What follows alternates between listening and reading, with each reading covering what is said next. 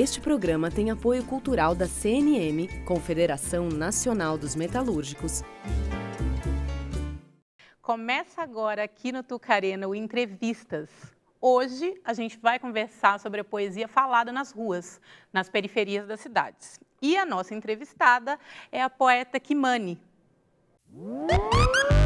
Cíntia da Silva, de 24 anos, é a poeta Kimani, que significa menina dócil no continente africano.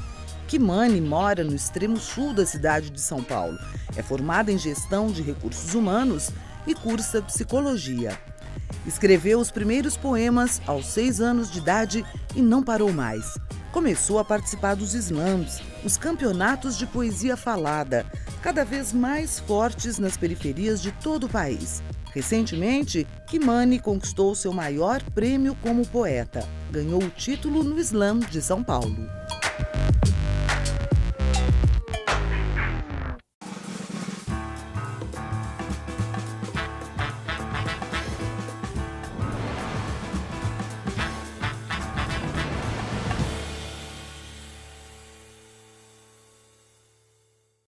Bem-vinda, Kimani. Muito obrigada pela sua presença. Vamos agradecer também aos nossos convidados. O poeta Ruivo Lopes, o Walter Vitor, que é poeta e tradutor, a Simone Magalhães, que é cientista social e coordenadora de ações socioculturais do Instituto Federal de São Paulo, e a Rosa Ercoles, que é professora das artes do corpo da PUC de São Paulo. Kimani, fala pra gente um pouco sobre o que é o slam. Tá, o slam, ele é uma coisa muito louca, né? O slam, ele é um grito, ele é eu acho que um desprendimento, ou é aquele momento que você tem de fala, sabe? Aquele momento que as pessoas te ouvem. E aí tem algumas regras do slam mesmo, poesia sempre autoral, no máximo 3 minutos, e sem acompanhamento musical, sem nenhum acompanhamento cênico, é só o poeta, a voz e o que você tem para falar ali. E a plateia, né, que tá ali, querendo saber o que rola. E como que você foi parar no slam? Muito louco, eu comecei esse ano. Esse ano? Esse ano. Uau! E você já ganhou em São Paulo? É. E você começou, você já era poeta? Sim, sim. É que a escrita, o slam ele tem a poesia marginal, né? Então a escrita ela é muito mais revolucionária, ela é muito mais de confronto, de você falar sobre coisas que você vive na sociedade, que você enxerga e que te desconfortam de alguma maneira. E aí a minha escrita ela era muito mais para a mãe, para o pai, uma coisa mais romântica, e aí depois os namorados. Então, depois que eu vivi algumas coisas não tão de amores, e aí eu conheci, né, pela oficina da Riane Leão, que é uma poeta também muito conhecida, e aí ela fez uma oficina de escrita para mulheres pretas. Eu falei, mas como assim, né? Ter uma oficina para mulheres pretas. E aí nesse processo eu ainda nem me via como negra, assim. E aí foi um processo muito louco e daí que mudou, né, a minha forma de escrita. Não só de me conhecer, e aí eu me expressar, né, no mundo. E aí eu comecei a estar junto aí com a poesia marginal, com a poesia de rua. E desde que você começou a escrever nesse novo período, você sabia que você ia ter coragem de entrar numa disputa, por exemplo? Só que nunca, imagina. Porque nos bastidores ninguém te conta, é que tá todo mundo lá, ó, daquele jeito, morrendo de medo. Porque tem muito da crítica do outro, né? Você tá, a Roberta Estrela Dalva, ela fala muito que o slam ele é a reformulação das antigas ágoras, né? Então você tá ali na plateia, você tá ali no meio de todo mundo, você tá expondo suas ideias sobre política, sobre sexualidade, sobre violência, sobre tudo que é desconfortável. E aí tem mais de 50, 100 pessoas te olhando, sua mãe está te olhando, sua família, as pessoas que trabalham contigo, e aí ali você assume um papel, sabe? E como que você lida com aquilo? Com a crítica, né? Com as pessoas levantando a placa e dando 9 para sua poesia. E quem são essas pessoas que levantam a placa? São aleatórias. Escolhe na hora? Livre, espontânea pressão, assim. Escolhe a pessoa e aí na hora são 5 jurados. Eles não são críticos, não são conhecedores da poesia, é tudo muito livre. É como a pessoa sente a poesia.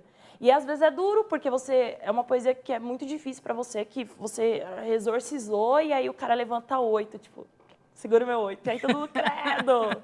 Então é uma coisa meio desconfortável. E isso é muito louco também, porque você tem que aprender a lidar literalmente com a crítica do outro, né? Tem muito da crítica em si e também de como o outro percebe, como o outro recebe a minha arte, aquilo que eu falo, né? E a poesia que você faz no dia, na disputa, você é ali na hora que aparece ou é algo que você organizou, que você planejou na sua cabeça? É algo que a gente organiza. Então, essa é uma das diferenças, por exemplo, da batalha de MCs, né? Das rinhas, né? Porque nas rinhas é freestyle, então eu improviso na hora. Eu não sou boa de improvisar. Então, eu não sei nem rimar, então eu não conseguiria fazer isso agora. Mas a gente escreve antes, a gente prepara, e aí que tem o lance do corpo, né? Porque aí você... aquele texto é tão forte, assim, para você, que você precisa gesticular, né? E aí você vai lidando com ele com o corpo. Então, a gente escreve antes, aí ensaia, tem um processo de decorar, que é bem difícil também, né? Então, é todo um preparo para aquele texto. E aí você prepara ele para mostrar para as pessoas e para si mesmo também, né? O Ruivo tem experiência também. Conta pra gente, Ruivo, como é que funciona isso. Os slams, eles surgem na cena da poesia marginal periférica aqui em São Paulo, onde já há mais de 10 anos aconteciam os saraus nas periferias. Os saraus tomaram conta de vários espaços nas periferias de São Paulo e serviram para dar visibilidade para poetas e poetisas das periferias, né? São experiências mais de expressões, né? As pessoas podem ler poemas de outros poetas, pode ler poemas próprios, né? Então é um jeito de as pessoas comuns dos bairros das periferias de São Paulo poderem se ver também um pouco como artistas, né?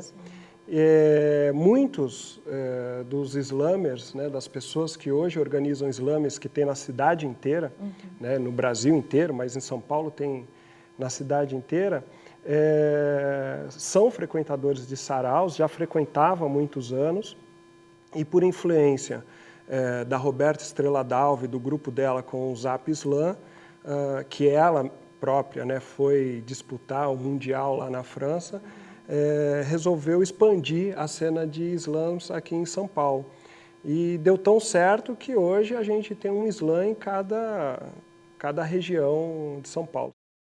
Vim de Luanda, meu pai é rei, eu sou princesa negra, minha palavra é lei. Ei, senzala grita, corpo vibra e muito vejo, eu vejo choro sertanejo. Eu vejo boi, vejo boiada, manada, entregue às traças, que é tratada como massa, ameaça e subraça. Passa boi, pasta boiada, passa, pasta, pasta, basta.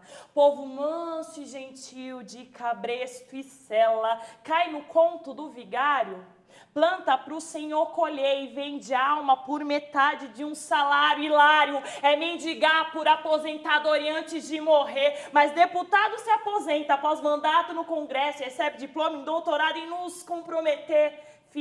Gado uma hora cansa de peso morto no couro. Eu te tombo na capoeira, lá gingado de besouro. Eu vejo Deus na cangaceira, da peixeira e do chachado. É que mãe solteira nesse país é mais macho que muito macho. Eu vejo Deus na senzala, na caatinga, na favela, mas não vejo em muita igreja e Oxalá vejo onde quero e não onde você quer que eu vejo vidas secas. Não estou falando dos favelados da noite, não, eu estou falando dos poncovos, deputados fartos, descargou e de entojo, que a estrutura e a leitura e a postura nos açoitar. Quilombo vive, Aruanda grita e pro pau de arara não são os meus que vão voltar. Uau. Minha pergunta para ela é se ela sente que tem, dentro desse movimento todo, quais são as questões comuns, independente de estar em diferentes regiões da cidade, né? Se tem questões em comum, políticas, existenciais, enfim. Não sei, eu tenho essa curiosidade. Porque a gente, só para completar, a gente começou a estudar um texto agora de um livro que foi lançado recentemente, que chama Comum. E esse livro propõe que que o comum não é um adjetivo, mas propõe a ideia de comum enquanto substantivo. E que o comum é a nova revolução. No mundo tem que ser feita através Da unidade. desse comum, né? Desse comum, que esse comum é uma ação política e que ele só existe enquanto a gente está agindo. Se a gente deixa de agir, o comum deixa de operar.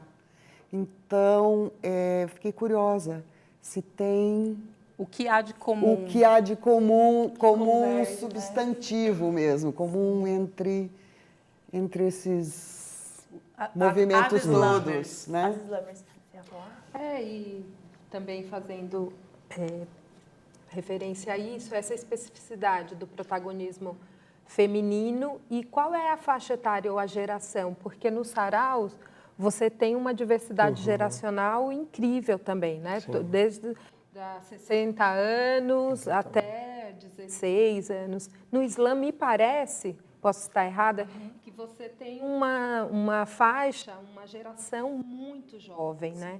E com a proeminência do protagonismo das mulheres, né? Então, as mulheres estão tomando a palavra e se colocando cada vez mais nova, mais jovem. Como é que você observa isso? Eu acho que talvez seja uma resposta de tanto tempo que nós ficamos caladas, né? Foi muito tempo de silêncio. Então, as meninas que estão hoje nos slams, a maioria está no ensino médio, tem muitas no ensino fundamental mesmo, né? Tanto que tem o slam interescolar, que é uma proposta que está vindo com o Emerson e com a Roberta, que é promover os slams nas escolas. E então, está vindo umas monstrinhas, uns monstrinhos aí. Mas é isso, né? Eles conseguem se ver e elas conseguem se ver na poesia, né? Então, a poesia não é aquela coisa clássica, né, luso, aquela coisa tão distante, né? É uma poesia que eu posso falar do que eu vivo na rua, é uma poesia que eu posso falar do que minha mãe passa em casa, porque minha mãe é uma mãe solteira. E aí, isso entrando no que você perguntou, de onde converge, né? Onde a gente conversa. Eu acho que tem muito do relacionamento abusivo. Eu vejo muitas mulheres que viveram durante muito tempo, que sofrem, sabe, alguma violência doméstica, alguma violência física, emocional, e durante muito tempo ficou guardando, e aí ela chega no Islã, ela tem coragem de falar aquilo.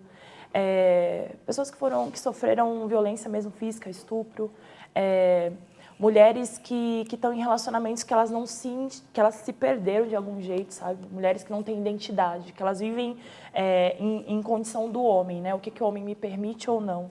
Então, eu acho que todas essas falas, elas acabam conversando bastante. Tem muitas mães, muitas mulheres, muitas filhas também, muitas mulheres que são protagonistas da casa, né? Então, muitas mulheres que elas são sozinhas, né? E aí você vê que na teoria, né, onde é que está o patriarcado, né? Se na favela, na quebrada, na maioria das famílias, quem está lá é a mulher que põe o pão na mesa. E a filha cresce vendo isso, né? Ela cresce tendo essa referência da mãe, da irmã mais velha, aquela menina que engravidou, que não tem muita opção, ou que tem opção, mas acabou optando por esse caminho. Então, acho que esse é um lugar de voz, né? É uma voz que ela ecoa, né? E aí acaba ecoando junto nos slams, nos saraus também. Eu acho que essa é uma das diferenças. No sarau eu vejo muitas pessoas mais velhas, né? O pessoal bem griot, assim. Diz, é o pessoal bem das antigas. E no slam é aquele pessoal que tá, sabe, quer falar, e feminismo, e aí muita menina que não sabe o que é feminismo, e tá com aquela coisa, eu sou feminista, cabelo debaixo do braço, aquela coisa muito estética mesmo, né? E acho que essa é acho que consegui, não sei, responder as duas, talvez. Posso falar? Claro, fica à vontade. Você acha que essa fala, né, que vocês emitem, muda de alguma forma o jeito de pensar da comunidade, porque saíram os índices de feminicídio, não param de aumentar, está uma coisa... Especialmente entre as mulheres negras, É assustadora, né? Então, vocês acham que essa fala, ela tem essa potência de modificar a mentalidade daquele que mata? Eu acho que a partir do momento que você emite a fala, o poder da palavra é muito grande, ele movimenta muita coisa, né? Mesmo que seja uma coisa micro, mesmo que dentro da minha casa eu consiga conversar com o meu filho e conseguir educar o meu filho de uma maneira que ele não ache que é normal ele agredir a esposa dele ou ele agredir a namorada. Eu estou ali no micro e isso tem frequência no macro, né? Então, eu percebo muita mudança a partir do momento que eu mudo em mim. E aí, essa questão que você falou do feminicídio, muitas mulheres elas não têm coragem de falar o que elas sofrem dentro de casa. Porque por ameaça, porque ela vai sofrer, né? alguma violência, porque o marido mora perto, porque ele está ali no mesmo bairro, na região. E a partir do momento que ela tem coragem de encontrar outras mulheres para falar sobre isso no Islã, num sarau, ela percebe uma potencialidade nas outras. Eu não estou sozinha. A partir do momento que você não está sozinha, então eu tenho força. Porque a minha outra também passou. Nossa, mas minha avó também passou isso, mas minha tia também passou isso. Então, eu percebo que, por mais que seja uma coisa pequena, por mais que seja... são movimentos que tem, sabe? De pensamento, é um movimento. É um de movimento romper com um ciclo de silêncio de romper mesmo, com esse ciclo né? de silêncio. Walter, vamos participar com a gente da conversa? Eu ia falar sobre outras coisas, mas isso me leva a Uma boa conversa é sempre assim, né? Uma Você quer coisa falar que de eu queria várias muito coisas, que bom. perguntar, e acho que essa questão do protagonismo negro, feminino, é fundamental, né? Pensando tudo isso. No quadro do rap, do hip hop, onde, de certa forma, me parece que a cultura do Islã se insurge e surge. Sim. Primeiramente, eu queria saber como é que você vê, por exemplo, nos Estados Unidos, né, a Erykah Badu, a Lauryn Hill, elas já, desde 20 anos para trás, já vinham exercendo um papel muito grande, né, dentro da cultura hip-hop lá. Aqui, foi uma coisa que engatinhou muito e demorou para se aparecer. E, curiosamente, no funk, me parece que as mulheres começaram a aparecer primeiro até do que no rap. Isso é uma outra questão, mas eu ia te perguntar exatamente como é que você vê a presença do hip-hop dentro da cultura do Islã e como é que você vê as mulheres dentro da cultura do hip-hop e dentro, obviamente, dessa questão do Islã, Sim. onde você se insere. Conversa bastante. Tem muitas meninas que elas são rappers, né? Acontece isso muito. Tem muita gente que é do Islã e acaba pela parte acho que do discurso, né? Ser muito cantado, muito falado, aí acaba se identificando com a música e aí vai entrando no hip hop, no rap mesmo. E tem muitas meninas que são do rap e aí elas se identificam também com o Islã. Então, acho que são duas cenas que elas conversam muito, né, Rui? Demais. Acho que entre as duas, elas conversam bastante. No rap, isso se chamaria a capela, o que você acabou de fazer aqui. É isso, é a capela, o improviso, É isso. E aí eu acho que tem a luta, né? Tem muitas... Hoje a gente consegue... Teve que, na verdade, que ser feito o Islã das Minas, né? Que é um movimento com a Mel Duarte, a Luz Ribeiro, que foi para a França, a Carol Peixoto e a Pan Araújo. Então, as meninas elas tiveram que criar um Islã das Minas para conseguir fazer com que, naquela época, tivesse uma menina representando os Islãs. Porque era homens, só homens ali. E aí, depois do Islã das Minas, e aí a gente ficou brincando esse ano, né? Eu sou nova, mas a gente ficou brincando que esse ano não precisou de Islã das Minas para mandar uma menina para lá. Porque aí eu do Igrajaú fui como menina, e aí teve outro do Islã das Minas, e teve de outro Islã e outro Islã. E aí, assim, as mulheres, elas estão na cena, sabe? A gente ficou muito tempo quieta. Não, dá vontade de falar, sabe? Senta aí, cara, ouve comigo também, aprende comigo também. Fiquei ouvindo você tanto tempo. Então, acho que é isso, né? Eu acho que o rap, o hip hop conversa muito com isso. E a postura das meninas, né? A gente está num meio, a música rap, o hip hop, ele é um meio masculino sempre, né? Você vai no show de rap, aquele peso dos homens e tudo. E isso é muito difícil, porque a gente, enquanto slammer, ou a menina que batalha no rap, quando ela pega no microfone, para ela é muito difícil. Ela é uma das poucas mulheres representando, e aí tem o lance da representatividade. Por que tem que ter representatividade? Por que só eu, como mulher, representando? Eu quero mais várias comigo, sabe? Eu quero um monte também. No Slam SP a gente vai ter, no Slam BR tem muitas mulheres. Então, acho que é isso. Acho que a fala das mulheres se organizando, né? Acho que é isso. Esse Grand Slam aí que vai ter na França aí que tomara que você vá. Vamos falar um pouco do Grand Slam daqui a pouco? Mas não, que eu acho só para perguntar, coisa esse é um slam importante. só de mulheres ou é um slam... Não, tá. ele é geral. Tem mulheres, Saquei. homens, manas, monos. Saquei. Vamos chamar o intervalo, porque a gente tem muito que conversar ainda com a Kimani. É melhor escrever errado a coisa certa do que escrever certo a coisa errada. Patativa do Assaré.